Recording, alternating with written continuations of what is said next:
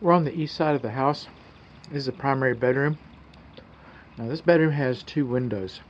So this isn't as critical. I think this bedroom has 2 windows too. But we'll figure that out here in a little bit. In the meantime, there's no emergency egress from any of the windows on this side of the house because the bushes are so close. Fence next to the house is conducive to wood-destroying insects by design. Portable sheds are beyond the scope of this inspection. Now we just got debris going all the way down. Okay, that's conducive to wood-destroying insects. That's conducive to snakes. Even though it's not touching the wall, it's still not accessible to the electric.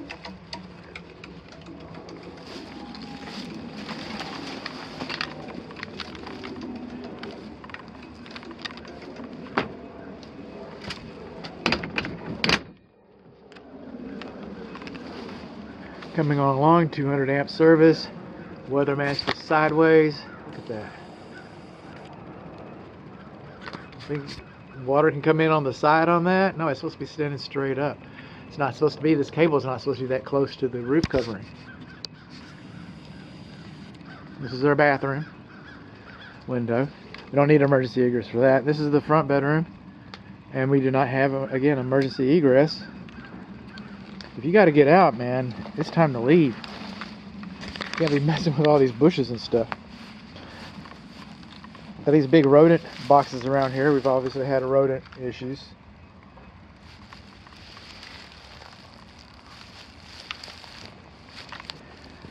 Now, this crack right here, we've got 3 of them. They're shrinkage cracks. Okay? The concrete and the brick do not expand and contract at the same rates, and the pressure always comes out at the corners. That's not a foundation issue. I'm going to be looking at the foundation. I'm going to be finding things wrong with it. I can say that this tree is too close. The tree shouldn't be 25 feet. This tree is too close to your foundation. And this will show up in the foundation report, you know, but it's more of a brick issue of holding your bricks up in the corners. So we kind of expect to see those cracks. They should be sealed. If we're doing a wood-destroying insect report, it'll be called deficient because termites can use those cracks to come up into your structure. And if we're not, I'm still going to call it deficient because you can see where they've been patching the brick right around here. You can see where they've been patching it. Okay. Moving on along over here. We got some exposed rebar. Okay, when the rebar has been exposed, it'll rust. And when it rusts, it expands. And then it starts cracking stuff up. So just come in here like this so you can see my method. Lawn sprinkler heads are not supposed to be closer to the structure than 5 inches. Coming on along. Got another window for the bedroom so the emergency egress doesn't count. But it still would be nice.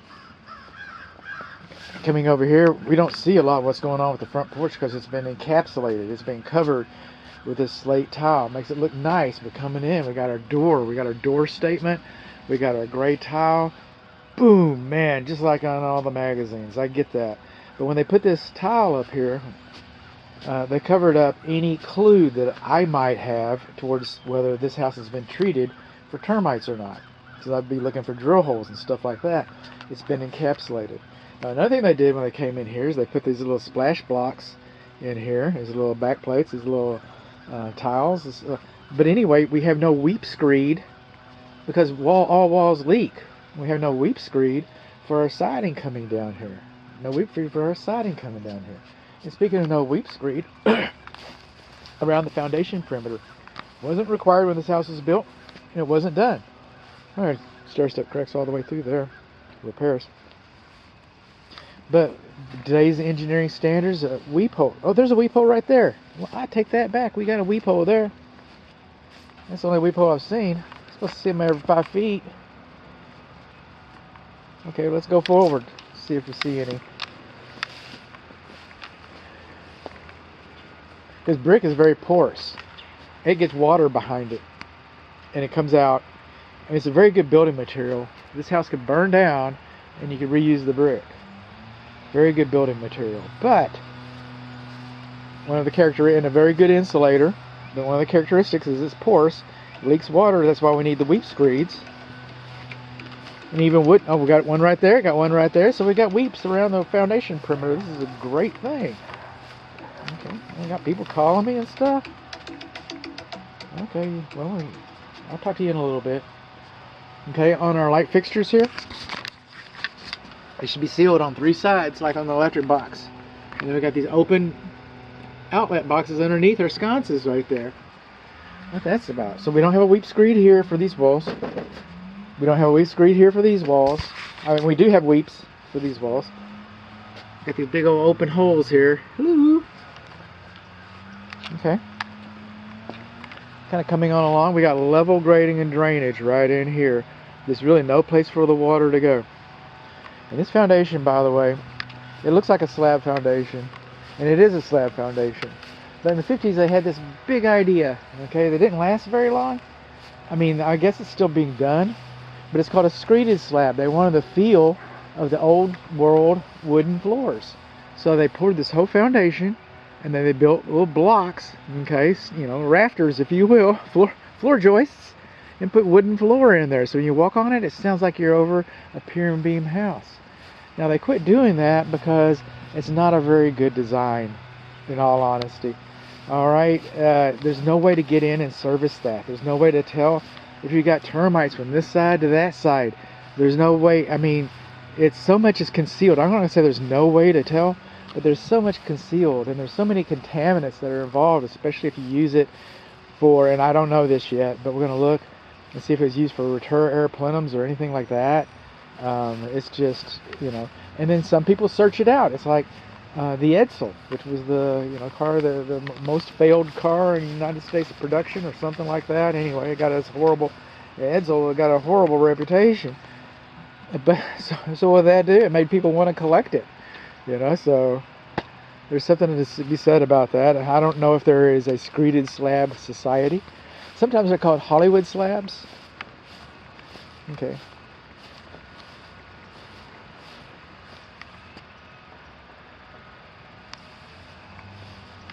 All these bushes need to be cut back away from the house. Flagstone, okay, it's beyond the scope of this inspection, but it's not supposed. Oh, that's a nice little fungi, but it's not dimensionally uniform, or maybe a trip hazard. We do not have protective covers over here, bubble covers, if you will. You see that scoring right there? I know that this house has experienced foundation repair. I can't find any weep holes. Come on, dig around, bud. My pockets aren't big enough, I guess. Alright. Coming in here. This is not a weather-resistant receptacle. And it's not GFCI. It does not have a weather cover on it. Now coming over here, we got a carport. And it's kind of cantilevered right in here. We got our post right down the middle, and we got our post on this side, but we have no support on this side. And if you come right in here, you just kind of look at this corner, you can see this corner is kind of sagging a little bit. Gravity always wins, man. Gravity always wins.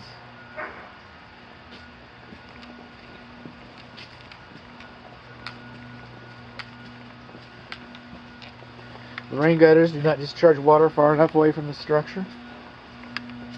Now the backyard is kind of interesting because this is all AstroTurf. Even though I got some sprinkler heads out here, it's kind of interesting. It's in our rain gutter, and this is not just here or at the front. We got clogged gutters, we got bent gutters.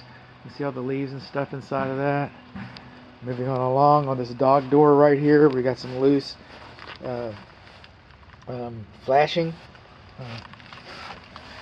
The dog door is kind of messed up. This door, I can't open it because of storage, and this door is too small. By the way, I just thought of that. Okay, it's less than 6 foot 6 inches. So the door itself is too small. Don't forget that. Hang on. Get my notes out. This is the clothes dryer vent. It's clogged and it's left open. So the garage pedestrian door, the original anyway, it's too short. And it's sprung open, you see in there, okay. This corner, I think, is because they horsed this piping up in here. It's refrigerant piping, but it's kind of loose. It's coming down here and it's kind of like bowing out right in there. And I'll use this as an example.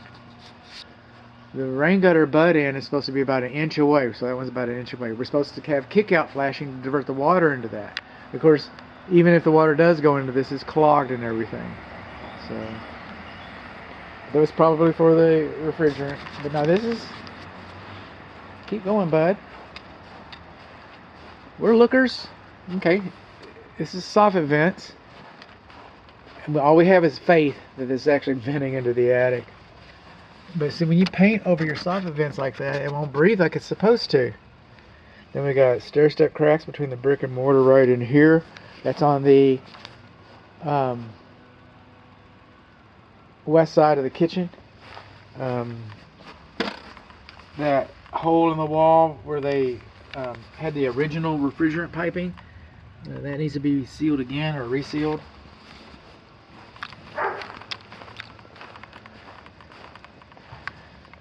This is where the gas enters the house. That's the main clean out, or one of them. You see some rust underneath that. Looks like we've had some problems. My client tells me that the sellers have agreed to have the main sewer line replaced. That's what I was told. So I'm just telling you what, it's hearsay. As far as it's coming from me, it's hearsay, but that's what I was told. That would be a good thing. If it's not being replaced, it needs to be scoped. You need to know what you're getting. This is the main gas shutoff valve to the house. Parallel is on, perpendicular is off. Okay, now this patio deck here, these lights, these novelty lights, okay, party lights, they shouldn't be installed in a permanent application. What are you gonna say? They come up here. We're missing our kitchen screen. I'm coming up here. Okay, these doors do not look like they're tempered safety glass. Oh, yes, you are. Okay, and they told me all I had to do is read one. Okay, they're kind of hiding it, but these windows look like they're fogging. Okay, that means the seal is broken. But we do have tempered safety glass. Look at there, a little doggy was scratching right there to get in. Okay, now this deck, we came out here, and it's a good idea and all that, but we painted it. We have no ventilation. So any moisture in the ground is not going to be able to come up through the deck. So all the moisture that comes up from the ground, it's like taking a glass jar, turning it upside down on the ground, take the lid off, turn it upside down on the ground, and the moisture forms up inside of there. Capillary action starts pulling it up, and the heat, and heat to less heat, and anyway, evaporation, and makes it vapor, and goes through the change of state, and all your science lessons. This is a science lesson. This is a science lesson. What's going to happen is the water that comes up here, because it's been painted, because the water can't get out, because we don't have any ventilation, okay, it's going to stay on the bottom of it and cause it to rot prematurely. This just is. And now I come over here, and it's kind of loose a little bit under my weight. Then when we came in, this is the fireplace ash door, and we can't open it because we put the deck in here. So we've got a couple different things, just to kind of, be aware of, check out the house. This roof over here is not real impressive, and it's sagging right here. Let me get that note in. B, okay. Patio deck ceiling, the southeast southeast quarter is sagging. Okay, there's been some mortar repair here, mortar repair there. No protective cover, or that's not a water resistant receptacle. It is GFCI protected, GFCI protected, GFCI protected. Around the corner it was not GFCI protected, but here it was. Back on the AstroTurf, this is our control for our lawn sprinkler system. We'll get in here and try to play nice. Coming over here, exterior switches, all this. This is GFCI protected. This is the primary bedroom window, one of them. Dirty? Okay, it's different than fogging. Rain gutters do not divert water far enough away. You remember what I said about not inspecting these? I don't inspect them, but it doesn't have any ventilation. Doesn't have any ventilation underneath it. Too much storage. Just wood to ground contact. Little termite nest over here.